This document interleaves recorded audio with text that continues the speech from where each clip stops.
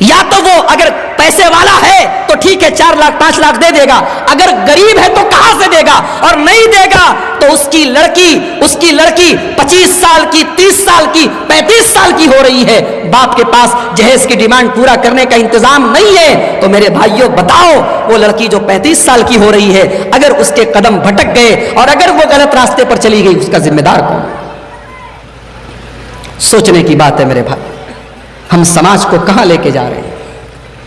اس جہیز کی رسم نے آج کتنی لڑکیوں کی عزت کو برباد کر دیا، کتنے گھروں کی عزت کو برباد کر دیا، کتنے باپ نے خودکشی کر لی، کتنی لڑکیوں نے خودکشی کر لی، مگر ہماری آنکھیں نہیں کھلتی۔ لالچ اتنا بھرا ہوا ہے کہ ہم اس رسم کو ختم نہیں کرنا چاہتے۔ کیوں؟ کیونکہ ہم اپنی بہن کی شادی ہوتی تو ہمیں دینا پڑتا ہے، تو صاحب جب ہم نے دیا ہے تو ہم لیں گے۔ ایک بات نوٹ کر لو میری، دینے والے کی مجبوری ہو سکتی ہے، لینے والے کی کوئی مجبوری نہیں ہے۔ اگر آپ لڑکے والے ہیں اور آپ لے رہے ہیں تو یہ آپ کی مجبوری نہیں ہے، یہ آپ کی شرارت ہے، اور اللہ کے آپ کو اس کا جواب دینا پڑے گا۔ اللہ کے نبی فرماتے ہیں عورت کے اندر 4 چیزیں دیکھی جاتی ہیں۔ مال یہودی دیکھا کرتے تھے، خوبصورتی عیسائی دیکھا کرتے تھے، اور خاندان مکہ کے مشرکین دیکھا کرتے تھے۔ اور اسلام جب آیا تو اسلام نے خوبصورتی سے منع نہیں کیا، مال سے منع نہیں کیا، خاندان سے منع نہیں کیا، مگر اسلام نے سروپری سب سے اوپر کس چیز کو رکھا؟ فرمایا فَاظْفَرْ بِذَاتِ الدِّينِ، تم دیندار لڑکی کو اپنے گھر میں بہو بنا کر کے لاؤ، دیندار لڑکی کو لے کر کے آؤ۔ اگر آپ کے گھر میں پردہ نہیں ہے، دیندار لڑکی آئے گی، پردے کا ماحول بنائے گی۔ آپ کے گھر کے اندر اگر بے حیائی ہے، دیندار لڑکی آئے گی، شرم و حیا کا ماحول بنائے گی۔ اگر آپ کے گھر میں دن رات فلمی گانے سنے جاتے ہیں، اگر ایک ایسی لڑکی آئے گی جو دیندار ہے، انشاءاللہ وہ لڑکی گھر میں قرآن پڑھنے کا ماحول بنائے گی۔ تو اگر اپنے آپ کو اور اپنے پریوار کو جہنم کی آگ سے بچانا ہے تو شروعات یہاں سے کرنی ہے۔ اللہ کے نبی فرماتے ہیں کہ دیندار عورت کو تم اپنے گھر میں بیوی بنا کر کے لے آؤ، کامیاب ہو جاؤ۔ میرے پیارے ساتھیوں، دیندار عورت سے بڑا کوئی خزانہ نہیں ہے، دیندار عورت سے بڑی کوئی دولت نہیں ہے۔ اللہ کے نبی فرماتے ہیں لِيَتَّخِذْ أَحَدُكُمْ قَلْبًا شَاكِرًا وَلِسَانًا ذَاكِرًا وَزَوْجَةً مُؤْمِنَةً تُعِينُهُ عَلَىٰ أَمْرِ الْآخِرَةِ۔ او لوگو، اگر تمہیں خزانہ ہی بنانا ہے، تمہیں دولت ہی اگر اپنے گھر میں لانا ہے تو 3 چیزوں کو خزانہ بنا لو، 3 چیزوں کو اپنے گھر میں اسٹور کر لو، 3 چیزوں کو اپنی دولت بنا لو، اپنی سمپتی بنا لو۔ قلبًا شاکرا، اپنے سینے کے اندر ایسا دل پیدا کرو جو دل اللہ تعالیٰ کا شکریہ ادا کرنے والا ہو، جس دل کے اندر ہمیشہ اللہ تعالیٰ کا شکر ہو، ایسا دل پیدا کرو جو اللہ کا شکر ادا کرے، جس دل کے اندر ناشکری نہ ہو۔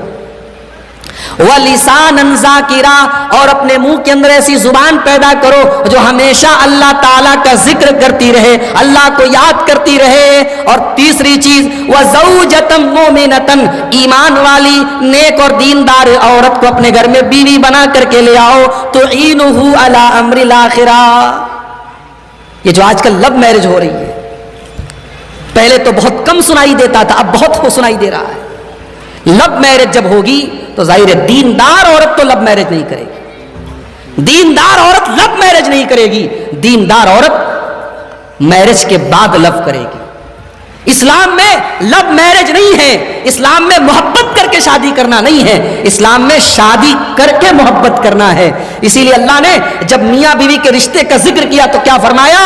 وَمِنْ آيَاتِهِ أَنْ خَلَقَ لَكُمْ مِنْ أَنفُسِكُمْ أَزْوَاجًا، اللہ تعالیٰ کی بہت بڑی نشانی یہ بھی ہے کہ اس نے تمہارے لیے تمہارے جوڑے بنائے، تمہاری بیویوں کو بنایا، لِتَسْكُنُوا إِلَيْهَا، تاکہ تم اپنی بیوی سے سکون حاصل کرو، وَجَعَلَ بَيْنَكُمْ مَوَدَّةً وَرَحْمَةً، اور اللہ تعالیٰ نے پتی پتنی کے بیچ میں محبت پیدا کی ہے، رحمت پیدا کی ہے، محبت پیدا کی اللہ نے پتی پتنی کے بیچ میں۔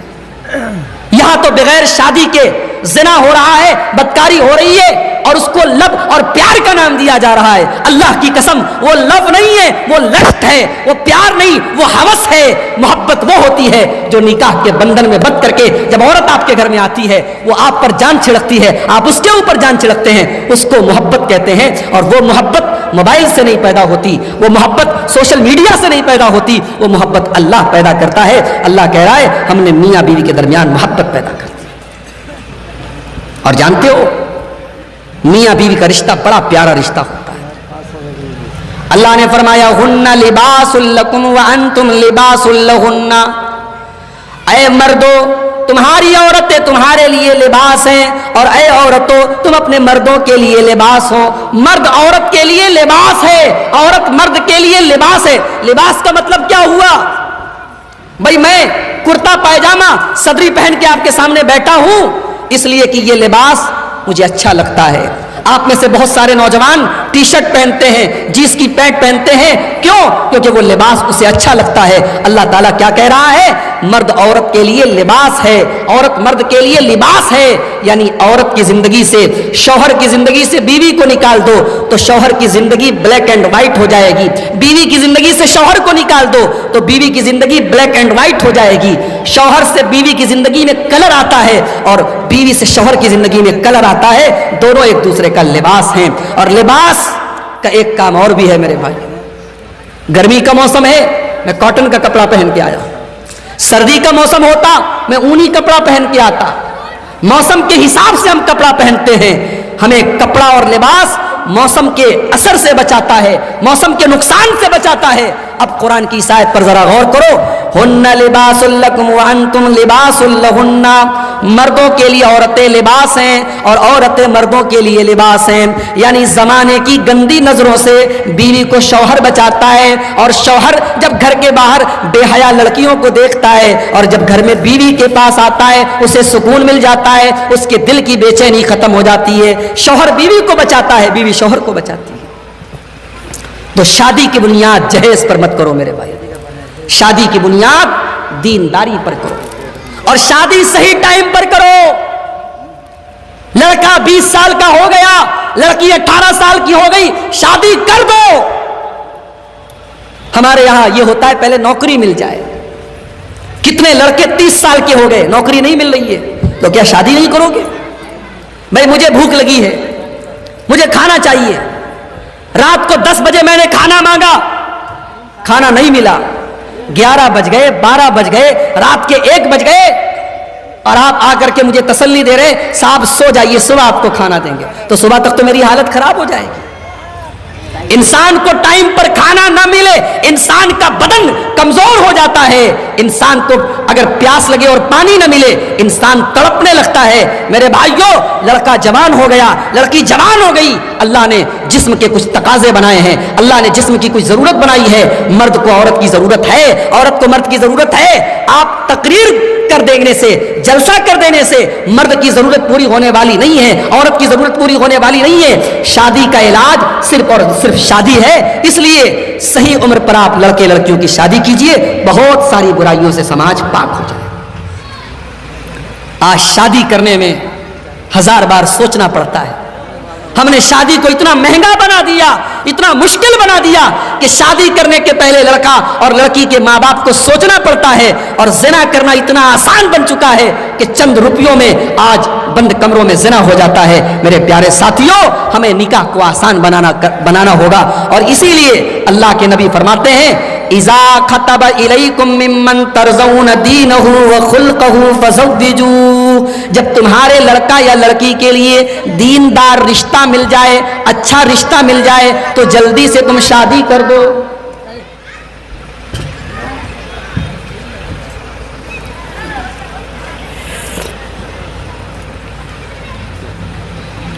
جب تمہارے لڑکا یا لڑکی کے لیے دیندار رشتہ مل جائے تو تم جلدی سے شادی کر دو. اگر تم شادی کرنے میں تاخیر کرو گے, دیر کرو گے, تکن فتنۃ فی الارض, تو زمین میں فتنہ پھیل جائے گا, وفساد عریض, اور زمین میں بہت بڑا فساد پھیل جائے گا. اب شادی کی بات آئی ہے تو ایک بات اور کہنا چاہوں گا. ہمارے یہاں رشتہ لگا نہیں, لڑکے نے لڑکی کا نمبر حاصل کیا, بات چیت بھی کرنے لگے, ملاقات بھی کرنے لگے, اور کہیں کہیں تو سمجھو نکاح کے پہلے لڑکا یہ سمجھنے لگتا ہے لڑکی میرے لیے جائز ہو گئی. حرام ہے یہ کام کرنا. صرف رشتہ لگا ہے, صرف منگنی ہوئی ہے, آپ کو حق نہیں ہے کہ آپ لڑکی کے قریب جائیں میرے پیارے ساتھی. ہاں, رشتہ اگر لگ گیا ہے تو شریعت نے اس بات کی اجازت دی ہے کہ مرد عورت کو ایک بار دیکھ سکتا ہے. آج کا دور موبائل کا دور ہے. لڑکی والے فوٹو اگر بھیج دیں, لڑکے کو ایک نظر فوٹو دکھا دیا جائے, مسئلہ حل ہو گیا. ایک نظر دیکھنے کی اجازت شریعت دیتی ہے تاکہ لڑکا بعد میں یہ نہ کہے میری مرضی کے خلاف میری شادی ہوئی ہے. لڑکا لڑکی کو ایک نظر دیکھ لے, لڑکی لڑکے کو ایک نظر دیکھ لے, شریعت اس بات کی اجازت دیتی ہے. اب آئیے اس پر ایک بڑا پیارا واقعہ آپ کو سناتا ہوں. اللہ کے نبی کے ایک صحابی تھے حضرت مغیرہ ابن شعبہ رضی اللہ تعالیٰ. حضرت مغیرہ ایک انصاری لڑکی کو نکاح کا پیغام بھیجتے ہیں. اللہ کے نبی کو پتہ چلتا ہے, ابن ماجہ کی صحیح روایت ہے, اللہ کے نبی حضرت مغیرہ سے کہتے ہیں اے مغیرہ انظرت الیہا, کیا تم نے اپنی ہونے والی بیوی کو دیکھا ہے؟ کہا نہیں ہے اللہ کے نبی, دیکھا تو نہیں ہے, دیکھا نہیں ہے. آپ نے کہا فانظر الیہا, جاؤ ایک بار اپنی ہونے والی بیوی کو تم دیکھو. فإنه أجدر أن يُودَمَ بَيْنَكُمَا, اس لیے کہ جب تم ایک بار لڑکی کو دیکھ لو گے تو آگے رشتے میں محبت بنی رہے گی, محبت باقی رہے گی, رشتہ اچھا چلے گا. ایک بار تم لڑکی کو جا کر کے دیکھو.